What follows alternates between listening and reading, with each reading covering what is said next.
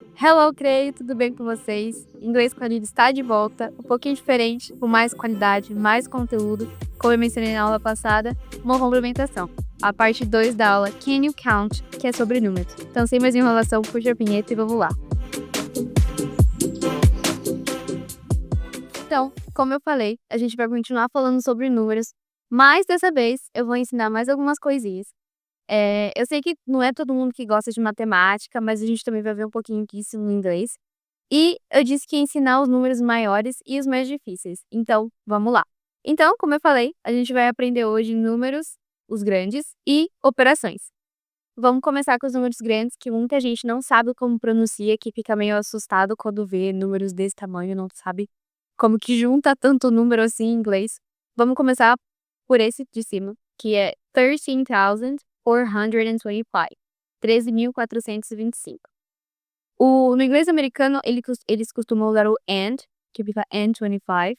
No inglês britânico, se você quer aprender o inglês da Inglaterra, eles costumam não usar o and, então fica 13,425. Falando no sotaque britânico, 13,425.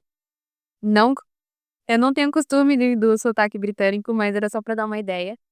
E o thousand e o hundred, eles sempre vão estar no singular, exceto naquela expressão, não sei se vocês já ouviram, mas existe uma expressão que chama hundreds and thousands, que é quando você quer dizer que alguma coisa tem uma quantidade absurda. Então, hundreds and thousands of dollars, por exemplo. Hundreds and thousands of dollars. Quer dizer que é muita coisa. Só nessa expressão a gente vai usar eles no plural. Quando a gente chama lá um número, ele é no singular. Pulando para os números maiores ainda, a gente vai ter o 1.300.617. Parece muita coisa e meio difícil de pronunciar, mas com costume você vai conseguindo pegar a pronunciação e fica mais fácil. Como vocês já viram muito aqui também, os nativos eles amam simplificar o jeito de falar, eles amam falar rápido, falar simples. E isso fica mais evidente ainda quando a gente fala de dinheiro ou aqueles numerozinhos mais complicados de falar. Por exemplo, esse número a gente falaria 1,500. Mas, como por exemplo, se fosse $1,500, seria, eles têm o costume de falar $1,500. Mas não fica errado falar hundreds quando tá falando de 1.500?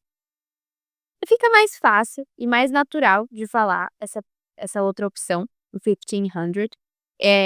Como a frase que eu deixei de exemplo aí, that was worth $1,500. Quer dizer, isso foi $1.500. Pro preço que o dólar tá hoje, é bastante dinheiro.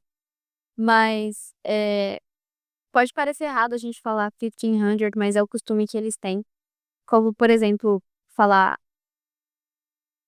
também como falar 1800, que seria 1.800. Eles têm esse costume de simplificar mais. Ainda, tipo, o inglês já é uma língua um pouco simples, eles têm esse costume de simplificar ainda mais na fala. Então, quando algum nativo, algum americano falar para você algum número simplificado assim, pode ser difícil de identificar de primeira qual o número que é esse, simplificado, mas com o costume, com uma prática ali conversando, você pega o jeito. Bom, já parou para pensar nas operações numéricas, na matemática? Aquela coisa chata. Sei que muita gente não gosta de matemática e no inglês ela existe, infelizmente. Como que a gente fala essas expressões matemáticas básicas em inglês? Tô aqui para te ensinar. Então vamos lá. Quando você quiser fazer aquela conta básica de adição, muita gente pode pensar que coloca more, two, more three. Mas na verdade a gente usa o plus, que é essa palavrinha que tá aí do lado da expressão numérica, que é o 2 mais 3. Exemplo, o 2 plus 3, que é o 2 mais 3.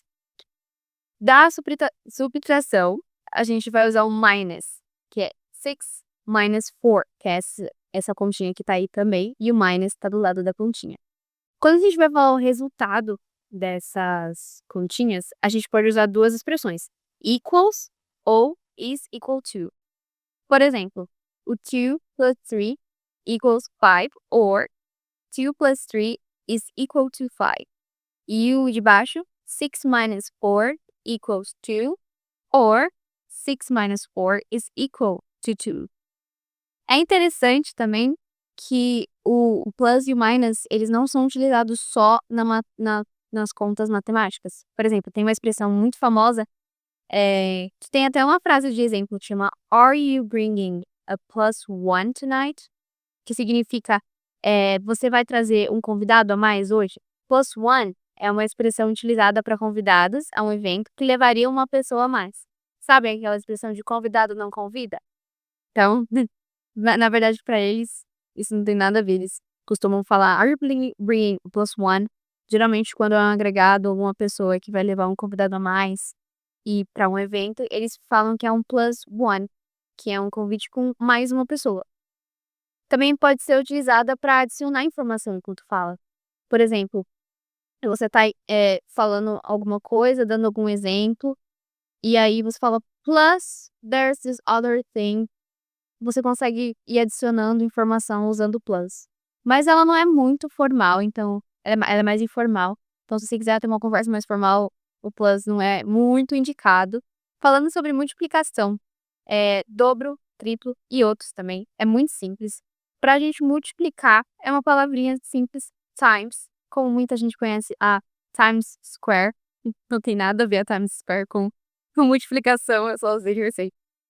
Mas, pra multiplicar a gente usa o times pro pro dobro, pro triplo e pro quádruplo.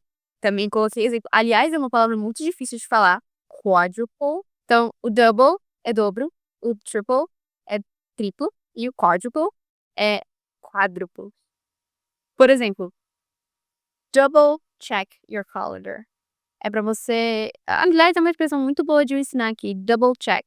É quando você tem que checar aquilo 2 vezes, ter certeza, sabe, eles falam double check. Tem até uma piada, um áudio engraçado no TikTok, quem tem TikTok e consome TikTok em inglês vai saber, tem aquele áudio engraçado que é o "Double check your calendar tonight, right?". Sim, enfim. Uma frase, exemplo, usando triple, é "This is gonna cost triple the money", ou seja, o triplo do dinheiro. São só algumas frases simples, vocês podem não ter entendido. Então, lembrando, tem o meu Instagram, tem os comentários, vocês podem tirar qualquer dúvida comigo, que eu vou estar aí para responder vocês. Então, é isso pessoal, sei que a aula de hoje foi um pouquinho curtinha, mas ela foi apenas uma complementação da aula passada. Então, a próxima aula vai ser bem maior, vai ser bem mais legal, prometo pra vocês. Espero que vocês tenham aprendido muito, espero que vocês tenham gostado. Se gostou, não esquece de curtir o vídeo aí, se inscreve no nosso canal pra também ajudar. Qualquer dúvida deixa nos comentários ou de novo me manda no Instagram. Sempre tô aberta a responder vocês, a ajudar vocês. Sigam o CREio Guarulhos e o CREio Guarulhos Tranquilidade também, não se esqueçam. E é isso, um beijo da teacher.